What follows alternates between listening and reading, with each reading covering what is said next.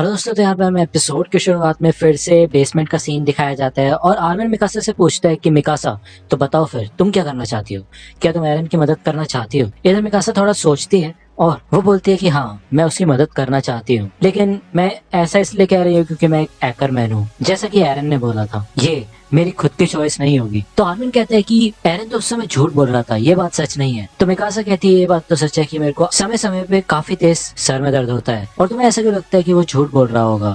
तो आर्मिन कहते हैं कि तुम बताओ, मतलब कुछ ऐसा करना जिससे कि एल्डेन आगे चल के बच्चे भी ना कर पाए। तुम लोगों को सच में ऐसा लगता है कि एरन कुछ ऐसा चाहेगा? तो जीन कहता है कि हाँ, ये सुन के मेरे को भी लगा था कि एरन ऐसा सोच नहीं सकता, लेकिन ये बात नामुमकिन भी। लेकिन इतने में भाई आर्मिन गुस्सा करता है और कहता है क्या नामुमकिन नहीं है? नामुमकिन है, हम एरन की बात कर रहे हैं, समझे? तो यहाँ पे कॉनी भी कहता है ठीक है फिर जो भी है, उसने येलेना और जीक का साथ क्यों दिया? फिर वो उनके खिलाफ भी जा सकता था। तो आर्मिन कहते हैं क्योंकि उसको कुछ करने की जरूरत ही नहीं है, क्योंकि अंत में एरन के ऊपर ही होगा कि वो फाउंडिंग टाइटन की ताकत इस्तेमाल कैसे करता है। सोचो, जिस समय येलेना ने एरन को ये ऑफर दिया होगा तो उसके पास और कोई चारा नहीं होगा इसको एक्सेप्ट करने के बजाय। अगर वो मना करता तो क्या पता येलेना कौन सा तरीका अपनाती उसे अपने जाल में फंसाने के लिए। लेकिन अगर एरन येलेना की बात मान लेता तो उन्हें इस बात का भरोसा हो जाता कि एरन उन्हीं की तरफ है। एरन रमलिंग की मदद से हमारे इस आइलैंड को बचा सकता है, और मुझे पूरा यकीन है कि आगे आने वाले 50 सालों तक पैराडाइज आइलैंड के ऊपर कोई आंख उठा के भी नहीं देखेगा। यहाँ पे मिकासा, कॉनी और जीन थोड़ा सोचते हैं। ये सबके सब यहाँ पे शांत खड़े होते हैं। तो आर्थर कहते हैं कि क्या हम यहाँ से जा सकते हैं?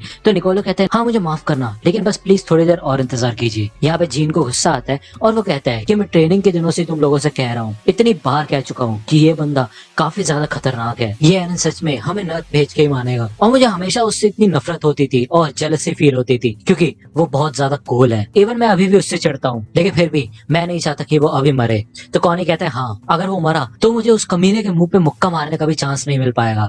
तो ऑनन कपूर कहते हैं चलो फिर ठीक है। ये लोग यहाँ पे भाई सीढ़ियों से ऊपर भागना शुरू कर देते हैं और निकोला कहता है ठीक है फिर आप लोग भी मेरे साथ चलो और मेरे नजदीक ही रहना। मिकासा आर्मिन से कहते हैं कि एरन अगर हमसे झूठ बोल रहा है और अपनी सच्चाई छुपा रहा है तो फिर उसने हमें अपने आप से दूर क्यों किया? उसने कहा कि वो मुझसे नफरत करता है, उसने ऐसा क्यों बोला? तो आर्मिन कहता है कि वैसे यहाँ पे भाई वो पहले की बात याद करता है जब ये लोग पहली बार समुद्र के पास आए होते हैं, और एरन कहता है कि हे मुझे बताओ, अगर हम समुद्र पार अपने सारे के सारे दुश्मनों को मार डालेंगे तो क्या उसके बाद हम आजाद हो पाएंगे? और आर्मिन यहाँ पे मन में सोचता है कि क्या ऐसा हो सकता है? लेकिन जो भी है, मुझे और एरन को बचपन से ये बात पता है कि तुम्हें शुरुआत से ही ऐसे सरदर्द होता था। उसने ये लाइन सिर्फ इसलिए ऐड की जिससे कि उसका झूठ सच लगे, और मैं दावा करता हूँ कि उसके पास इतना समय होगा ही नहीं कि वो अच्छा झूठ बना सके। और चिंता मत करो, जब ये सब कुछ खत्म हो जाएगा तब हम उससे खुद ही पूछ लेंगे। इधर भाई अभी भी एयरशिप में से धड़ाधड़ मशीन गन फायर हो रही होती है और हमें फिर से मेहनत की आवाज सुनाई देती है, और वो कहता है कि भूलना मत, ये सब कुछ विली टैबर के बलिदान की वजह से हो पाया है जो कि आज हम कर पा रहे हैं। उसने अपनी जान खतरे में डाली और हमें बताया कि हमें बिल्कुल हेलोस की तरह एक असली हीरो की जरूरत है, एक ऐसा हीरो जो कि दुनिया को बचाएगा। इधर भाई एरन के सामने रायना खड़ा होता है और वो उस स्पाइक को लेके जाता है और एरन के चेस्ट में घुसेड़ देता है और कहता है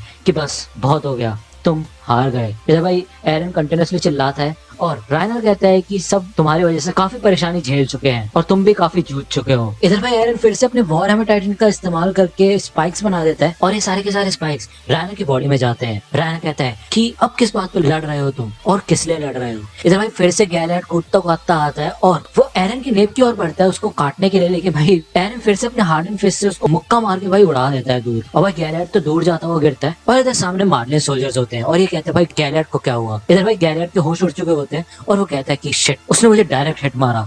तभी एरन के पीछे से रायनर आ जाता है और वो एरन के ऊपर कूद जाता है और वो उसका सर पकड़ के बोलता है कि एरन, मैं बस चाहता हूँ कि ये सब खत्म हो जाए, और तुम्हें ऐसा क्यों लगाता कि हम दोनों एक जैसे हैं? बस बहुत हो गया। यहाँ पे भाई रायनर आगे बढ़ता है एरन का नेप काटने के लिए और कहता है कि बस हो गया, बहुत सो जाओ। लेकिन वो अपने एक हाथ से रायनर का जबड़ा पकड़ के ऊपर खींचने लग जाता है और वो बहुत तेज चिल्लाता है। इधर वो रायनर का जबड़ा तोड़ने लग जाता है और दूर से येलेना खड़ी होकर ये सब देख रही होती है। यहाँ पे भाई एरन इतनी तेज चिल्ला रहा होता है कि खिड़की विड़की सब हिल रही होती है और इन सभी सोल्जर्स ने अपने कान बंद कर लिए होते हैं, और एरन अपनी पूरी जान लगा के रायनर का जबड़ा ही तोड़ देता है। तभी भाई रायनर दूर जाता हुआ गिरता है और बहुत दूर चला जाता है लुढ़कता लुढ़कता, और हमें दिखाया जाता है कि भाई सामने से 20 टाइटन आ चुका होता है। और मैगथ कहता है लो आ गया वो। ये सबके सब भाई देखते हैं कि वॉल के ऊपर बीस्ट टाइटन आ चुका है और वो कहता है कि हाँ मैं थोड़ा लेट हो चुका हूँ, लेकिन जैसा कि मैंने वादा किया था मैं इधर आ गया। एरन, तुमने यहाँ पे खेल संभाल के रखा, उसके लिए तुम्हारा शुक्रिया। ये तुमने बहुत अच्छा काम किया। अब बाकी का काम अपने बड़े भाई पे छोड़ दो। इधर में दिखाया जाता है कि बीस्ट टाइटन के हाथ में एक चट्टान होती है और वो उसको चूरा बना के उन सभी एयरशिप्स के ऊपर फेंकता है जिनके अंदर से मशीन गन्स चल रहे होते हैं, और भाई वो एयरशिप धीरे धीरे करके फूटना शुरू हो जाती है और नीचे क्रैश होने लग जाती है। मैगन देखता है और कहता है ये जीक, हमें इसका नेप उड़ाना होगा। चलो फिर पीक अपनी पोजीशन लो।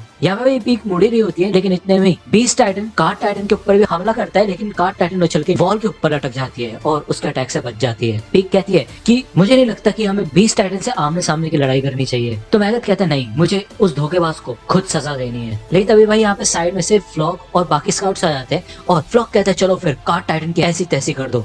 हमें दिखाया जाता है कि भाई यहाँ पे बीस्ट टाइटन इन पत्थरों से उन सभी मार्लिन सोल्जर्स को भी मारने लग जाता है। ये बिल्कुल वैसा ही सीन होता है जैसे कि आपने सीजन 3 में देखा था कि कैसे बीस्ट टाइटन ने सभी स्काउट्स को मारा था। यहाँ पे एरन की बैंड बज चुकी होती है और एरन फिर से खड़ा हो जाता है और वो बीस्ट टाइटन की ओर बढ़ने लग जाता है। ये मार्लिन सोल्जर्स कहते हैं कि वो फाउंडर बीस्ट टाइटन की ओर जा रहा है, तो गावी कहती है हमें उसे रोकना होगा। तो कोल्ट कहता है कि हम ऐसा कर कैसे सकते हैं, हमारे पास और कोई चारा नहीं है बजाय टाइटन्स को टाइटन्स के ऊपर छोड़ने के। हमारी खुद की लड़ाई है जिसे हमें लड़ना है। तो मैं दुश्मनों से फैल्को को बचाने जा रहा हूँ और तुम साउथ की ओर बढ़ो, वहाँ पे एक एयरशिप है, उससे तुम वापस जा सकती हो। तो गावी कहती है नहीं, मैं भी तुम्हारे साथ आ रही हूँ। मेरी वजह से फैल्को इन सब में फंसा है और यही बात नहीं है, उसने मेरी कई बार जान बचाई है। भले ही मैं पूरे यूनिट में टॉप क्लास थी, लेकिन फिर भी मैं उसकी मदद के बिना ज्यादा कुछ कर नहीं पाती। तो बस साफ है मैं उसके बिना यहाँ से भाग के जा नहीं सकती। दूसरी ओर हमें फैल्को का सीन दिखाया जाता है और इधर कुछ मिलिट्री पुलिस के ऑफिसर्स होते हैं और वो कहते हैं कि कोई है बाहर, बात चल क्या रहा है, हमें जाने दो यहाँ से, हमें यहाँ पे लॉकर में मरने का कोई शौक नहीं है, समझे। इधर नाइल होता है और वो फैल्को से कहता है कि जरूर ये अटैक मार्लिन ने किया होगा, शायद वो तुम्हें यहाँ पे बचाने के लिए आए हैं। तो फैल्को कहता है नहीं, मुझे नहीं लगता कि मार्लिन आर्मी ऐसा कुछ करेगी, वो भी एक एलियन को बचाने के लिए इतने दूर आना, बिल्कुल नहीं। तो नाइल कहता है कि वैसे तुम्हारी फैमिली तो वहाँ पे वेट कर रही होगी ना तुम्हारे वापस आने का, है ना, यही तुम्हारा मौका है घर वापस जाने का। मुझे ये बात पक्का पता है कि मैं अपनी बीवी और बेटियों को कभी भी नहीं देख पाऊंगा, बस जीक के चिल्लाने की देर है और मैं एक मॉन्स्टर बन जाऊंगा। लेकिन सच बताऊं तो मैं अपनी बेटियों से कई सारी बातें करना चाहता था, लेकिन कर क्या सकता हूँ, अब जिंदगी जीने के कोई आसार लग नहीं रहे। दूसरी ओर हमें फिर से बेसमेंट का सीन दिखाया जाता है और ये लोग यहाँ पे सीढ़ी से ऊपर आ चुके होते हैं और सामने येगरिस्ट का एक सोल्जर खड़ा होता है और उसने इन सब के ऊपर गन पॉइंट कर रखी होती है। वो कहता है कि ये इलाका येगरिस्ट के कंट्रोल में है, समझे। तभी यहाँ पे भाई जीन आगे आता है और वो उस रिक्रूट का कॉलर पकड़ के कहता है कि तू बताओ रिक्रूट, हम तुम्हारे महान येगर को बचाने के लिए जा रहे हैं, तो क्या अभी भी तुम हमें रोकने की कोशिश करोगे। तो वो येगरिस्ट कहता है नहीं। कौन इधर बाहर आ जाता है और वो इन सबको कहता है कि चलो फिर सारे के सारे सेल्स एक बार में खोल दो। यहाँ पे भाई इन सभी लोगों को आजाद कर दिया जाता है और कौनी भी एक सेल खोलता है, उसके अंदर शार्डिस होता है और उसकी हालत बहुत बुरी हो रखी होती है। और शार्डिस कहता है अरे कौनी, मेरी चिंता मत करो, वो मैं एक भालू से लड़ रहा था इसलिए मेरे को सारी चोट लगी है, मेरे बारे में भूल जाओ, जाओ। दूसरे इधर आर्मिन पिक्सिस के पास आता है और वो कहते हैं कमांडर पिक्सिस क्या आप ठीक है। तो पिक्सिस कहता है हाँ मैं इतना भी बूढ़ा नहीं हुआ हूँ अभी, हाँ बस मैंने कुछ ज्यादा ही पी ली थी। तो यहाँ पे पिक्सिस इन सभी सोल्जर्स को कहता है कि ठीक है फिर सबके सब मेरी बात सुनो, हमारे पास ओडियम गियर की कमी है, तो जिन भी लोगों ने काली पट्टियां नहीं पहन रखी है वही लोग ओडियम गियर का इस्तेमाल करेंगे और बाकी सब जो कि मेरी तरह एकदम पियक्कड़ हैं और आसानी से दुश्मन के झांसे में आ गए वो मेरे साथ चले, हम इन सब के सब घुसपैठियों से लड़ेंगे वो भी पूरी जी जान से।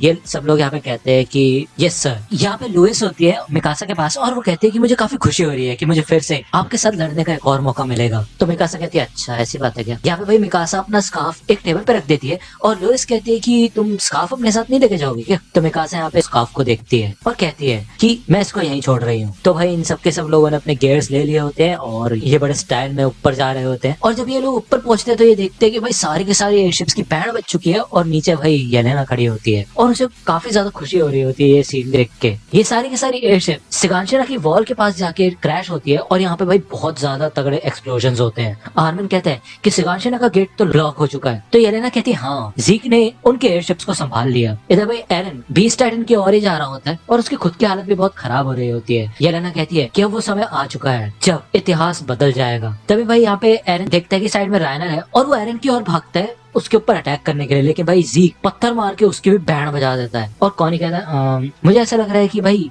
एरन को नहीं बल्कि रायनर को हमारी मदद की जरूरत है। तो यहाँ पे भाई जीन डर जाता है और वो कहता है क्यों, जीक यहाँ पे क्या कर रहा है, ऐसा हो ही नहीं सकता कि कैप्टन लीवाई उसको जिंदा छोड़ दे। तो बताओ येलेना कैप्टन और हांजी को क्या हुआ। तो येलेना कहती है कि मेरे ख्याल से हमें ये मान लेना चाहिए कि जीक ने उन्हें हरा दिया है अब, क्योंकि उसने एरन से वादा किया था कि वो यहाँ पे आएगा और अब वो यहाँ पे आ चुका है। तो मतलब तो यही निकलता है। तो कॉनी भी यहाँ पे शॉक हो जाता है और वो कहता है ऐसा हो ही नहीं सकता। इधर आर्मिन इन सबसे कहता है कि ये तो बहुत शर्मिंदगी की बात है, हमारे पास और कोई चारा नहीं है। यही एक तरीका है कि एरन और ज़ीक इस दुनिया को बचाएं। हमें येगरस्ट को ज्वाइन कर लेना चाहिए और उन दोनों को साथ मिलने में मदद करनी चाहिए। देखिए भाई, इतने में मिकासा और कॉनी बहुत ज्यादा डर जाते हैं और मिकासा तो भाई मार काट करने के लिए तैयार हो जाती है, क्योंकि पीछे येलेना ने भाई बड़ी घटिया सी शिकार बना रखी होती है और वो आर्मिन को देख रही होती है। वही इधर आर्मिन भी डर जाता है और येलेना फिर हंसती है और कहती है कि हाँ प्लीज जाओ और एरन और ज़ीक की मदद करो, मुझे तुम पे पूरा भरोसा है। यहाँ पे बाकी की एयरशिप्स क्रैश हो रही होती है और गाबी और कॉल्ट इधर से भाग रहे होते हैं। तो गाबी पूछती है कि ये लोहे की पाइप जैसी चीज क्या है, तो कॉल्ट कहता है ये एंटी टाइटन राइफल है, लेकिन कहा जाता है कि इससे हम किसी टाइटन को तब तक नहीं मार सकते जब तक उसके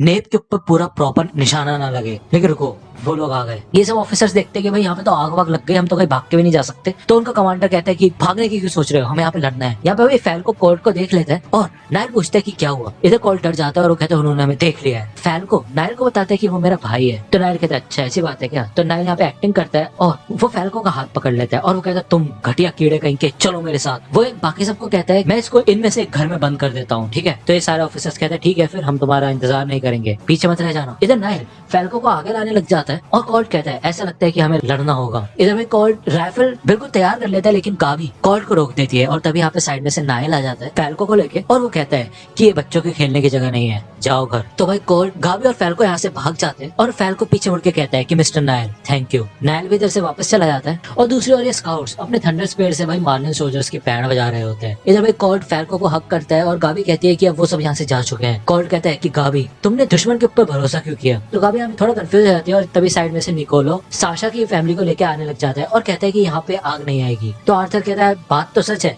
लेकिन इस आग की वजह से सारे के सारे एग्जिट बंद हो चुके हैं। तो निकोलो कहता है कि हाँ हमें कुछ देर के लिए यहाँ पे छुप जाना चाहिए जब तक ये लड़ाई खत्म नहीं हो जाती। तो साशा की मॉम कहती है कि मैं ये सोच रही हूँ कि मिया और बैन कैसे होंगे, क्या वो ठीक होंगे। तो आर्थर कहता है चिंता मत करो, वो दोनों काफी बहादुर है। इसे सुन के भाई गाबी की आंखों में से आंसू आ जाते हैं और वो खड़ी हो जाती है। लेकिन तभी गाबी को काया की आवाज सुनाई देती है और वो कहती है कि मैं उसे कभी भी माफ नहीं करूंगी और तुम्हें उस लड़की की क्या पड़ी है जिसने साशा दीदी को मार दिया, काश मैं उसे मार डालती। ये सुन के भाई गाबी थोड़ी देर शौक में खड़ी रहती है और फिर से नीचे बैठ जाती है। कोल्ट कहता है ऐसा लगता है कि वो यहाँ से जा चुके हैं, हमें भी यहाँ से जाना चाहिए। गाबी क्या हुआ। तो गाबी कहती है ये कोई डेविल्स नहीं है, ये यहाँ पे रहने वाले इंसान है और कुछ नहीं। अब मुझे आखिरकार समझ आ चुका है कि रैनर को कैसा महसूस हो रहा था। हमने हमेशा से बिना कुछ सोचे समझे इन सभी लोगों को डेविल्स बोला, जबकि हम इनसे कभी मिले भी नहीं थे। बार बार लगातार हमने एक ही चीज बार बार रिपीट की। मुझे माफ करना फैल्को, तुम्हें पहले से ये बात पता थी, लेकिन मैंने तुम्हें इन सब में घसीट लिया। यहाँ पे फैल्को कहता है कि मेरी वजह से ही लिबेरियो पे हमला हुआ था, मैंने उनकी मदद की थी। हॉस्पिटल में मैं एक जख्मी सोल्जर से मिला था और मुझे पता ही नहीं था कि वो एरन येगर है। मैंने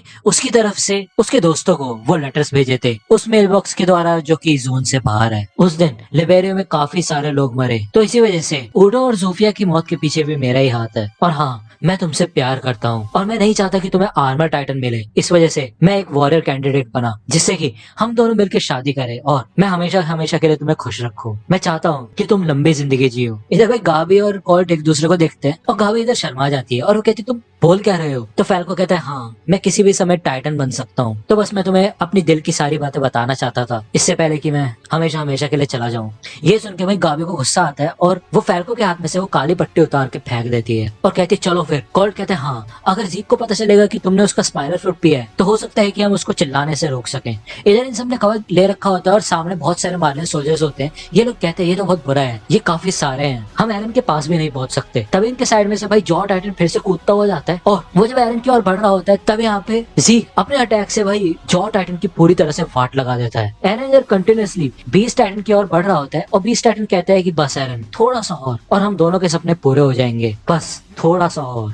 यहाँ पे ज़ीक देखता है कि भाई कार्ड टाइटन की बॉडी इवेपोरेट हो चुकी होती है और उसका ढांचा इधर बचा होता है और ज़ीक कहता है कि कार्ड टाइटन तो तुम्हारी मौत ऐसी होनी थी मेरी प्यारी ज़ीक। यहाँ पे स्काउट्स काफी ज्यादा खुश हो रहे होते हैं और कहते हैं कि भाई काफी कमाल है, हमने कार्ड टाइटन को मार दिया। इधर फ्लॉक और बाकी स्काउट्स आते हैं और फ्लॉक कहते हैं ठीक है फिर ऐसा लगता है कि हमारा काम हो चुका है, अब ये बताओ कि किसने उसकी गर्दन काटी। तो ये सोल्जर कहते हैं अरे तुमने काटा था ना उसको। लेकिन इतने में भाई इन सोल्जर्स के सर पे यहाँ पे गोलियां पड़ती है और हमें दिखाया जाता है कि स्केलेटन के नीचे मार्लियन सोल्जर्स ने भाई डेरा डाल रखा होता है और इनको मारना शुरू कर देते हैं। ज़ीक समझ जाता है कि भाई वहाँ कुछ गड़बड़ है और इतने में भाई ये कैनन घूमती है ज़ीक की ओर और पीक कहती है कि एक ही शॉट है हमारे पास, बैंड बजा दो और भाई यहाँ पे मैगथ शॉट लगाता है और वो शॉट सीधा बीस्ट टाइटन के नेप पे जाके पड़ता है और भाई इधर जीक की भी ऐसी तैसे हो जाती है और एरन भी शॉक हो जाता है। इधर भाई बीस्ट टाइटन नीचे गिरने लग जाता है और ये सभी के सभी भाई बीस्ट टाइटन को देखते हैं और बीस्ट टाइटन वॉल से नीचे गिरता है और पिक कहती है कि क्या तुमने उसे मार दिया। तो मैगथ कहता है कि मेरे को प्रॉपर एंगल नहीं मिल पाया, तो अभी हमें यहाँ से जाना चाहिए। यहाँ पे सोल्जर कहता है कि रायनर तुम्हें बीस्ट और फाउंडर को कांटेक्ट करने से रोकना होगा। तो रायनर मन में कहते हैं कि क्या सच में एरन तुम ये करने वाले हो? रुक जाओ, अगर तुम दुनिया के आखिरी इंसान भी बचे होते ना तब भी ये ताकत तुम्हें नहीं मिलनी चाहिए थी। एरन वो तुम ही हो। इधर मैगथ पीक को कहता है चलो फिर जल्दी करो पीक, अगर उसमें थोड़ी सी भी जान बची होगी। यहाँ पे फैल्को, कोर्ट और गाबी बीस्ट टाइटन की ओर भाग रहे होते हैं और मैगथ अपने शब्द कंप्लीट करता है कि अगर उसमें थोड़ी सी भी जान बची होगी तो वो पक्का चिल्लाएगा। और तभी यहाँ पे यार ये एपिसोड एंड हो जाता है।